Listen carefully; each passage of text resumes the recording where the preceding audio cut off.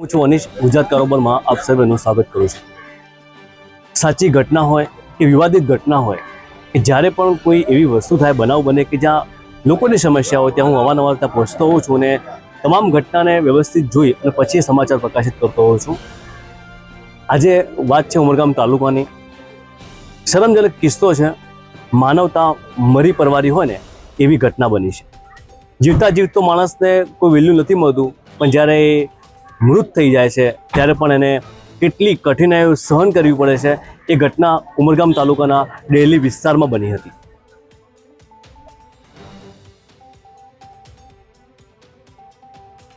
વાત કરીશું આપણે ઉમરગામ તાલુકાના ડેલી વિસ્તારની। ડેલી ગ્રામ પંચાયતમાં સ્મશાન આવેલું છે।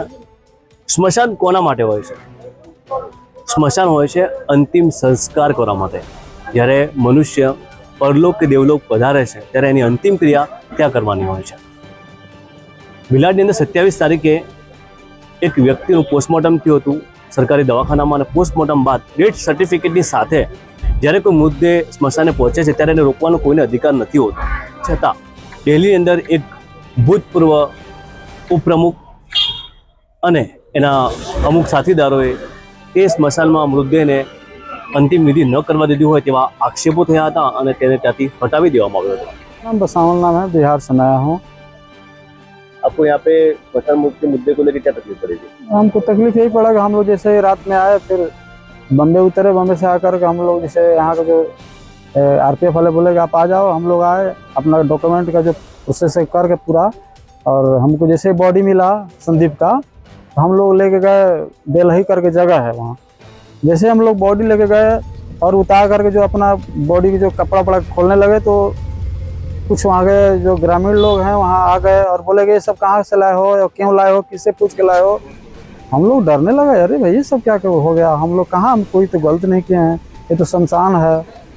तो फिर बोला कि आपको कौन परमिशन दिया, कौन ऑर्डर दिया, उसको फ़ोन कराओ।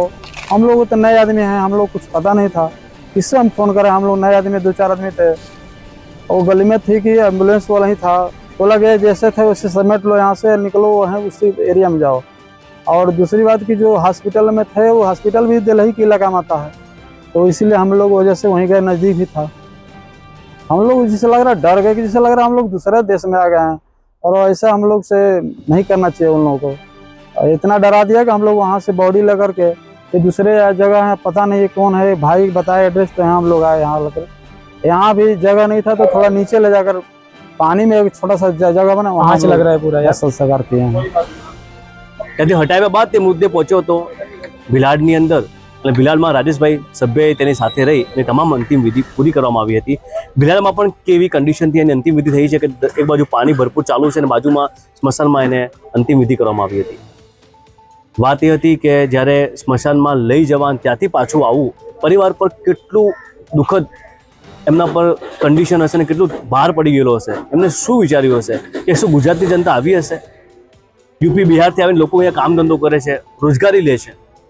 ગુજરાત અમારું પ્રેમ માટે, મોહબ્બત માટે અને એકબીજાને સન્માન માટે જાણીતું છે, પણ આ એક ઘટનાના કારણે દરેકની અંદર ખૂબ આઘાત લાગ્યો છે।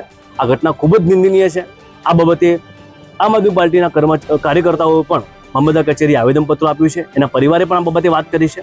સાંભળીએ એ લોકો શું કહે છે। હું મનીષ સરપતિ, ઉમરગામ તાલુકા આમ આદમી પાર્ટી પ્રમુખ। જે 27 સપ્ટેમ્બરના દિને બિલાડ રેલવે સ્ટેશન પર એક પરપ્રાંતીય યુવા જે દમણનો રહેવાસી હતો, એ રેલવે અકસ્માતમાં એનું મૃત્યુ પામેલું હતું, અને એનું પોસ્ટમોર્ટમ બિલાડ સરકારી ખાતે કરવામાં આવેલું હતું, અને ત્યારબાદ તેનો મૃતદેહને દિલ્હી ગ્રામ પંચાયતના સ્મશાન ગૃહમાં એની અંતિમ સંસ્કાર માટે એના પરિવારજનો દ્વારા લઈ જવામાં આવેલો હતો।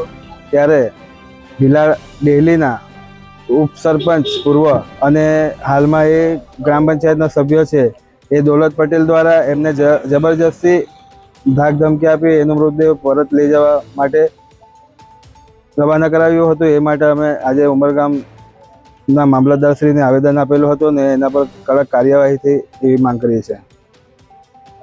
બધાની રજૂઆતો સાંભળી છે। દોલતભાઈ સાથે મેં પોતે પણ ટેલિફોનની વાત કરી હતી, એમને કીધું કશું છે નહીં। આ મતલબ આક્ષેપો છે। આક્ષેપો હોય કે રિયાલિટી હોય, પણ ઘટના ખૂબ જ નિંદનીય હતી. આ બાબતે ઉમરગામ તાલુકાના મામલતદાર સાહેબ સાથે જે વાતચીત આમ આદમી પાર્ટીના કાર્યકર્તાઓ કરી છે, એમને પણ રજૂઆત કરી છે, કમ્પ્લેન કરી છે, એમના વિશે તપાસ કરશે. પણ આ ઘટના બીજી વાર ન થવી જોઈએ ઉમરગામ તાલુકાની અંદર. પરિવારે જે પ્રમાણે પોતાનું દુઃખ જ વ્યક્ત કર્યું છે કે એટલે દૂરથી આવીને જે અહીંયા ધક્કા ખાવા પડ્યા, કે મૃતદેહને લઈને પણ આમથી આમ જવું પડ્યું. પોતે ગરીબ પરિસ્થિતિમાંથી હતા, ત્યાં લઈ જઈને એમના ગામ લઈ જાય એવી કન્ડિશન બી એમની ન હતી. ત્યારે કોઈ એમની મદદ ન હતું ને, એ મોટું દુઃખ હતું. પોતાના આર્થિક સ્વાર્થ માટે આ થયું હોય કે પછી અંદર જે મતભેદ છે એના માટે આ થયું હોય, કોઈ પણ કારણસર થયું હોય, લાશ સાથે તો રાજકારણ ન જ હોવું જોઈએ, મૃતદેહ સાથે તો રાજકારણ ન જ હોવું જોઈએ. પોતાના અંતિમ સ્વાર્થ માટે કે પોતાના એક મત કે પોતાનો એક ઈગો હર્ટ થાય એના માટે કરીને આવા કામ ન કરવા જોઈએ. જે પણ રીતે થયું હોય એ વાત હું તમને સ્પષ્ટ નથી કરતો. જે થયું છે તે ખોટું થયું છે. આ બાબતે ઉમરગામની જનતા પણ કમેન્ટમાં જરૂર જણાવે કે આ હકીકતમાં ખરેખર આ વસ્તુ કેટલું નિંદનીય છે. હું છું અનિશ શેખ, ગુજરાત કારોબાર, ઉમરગામ.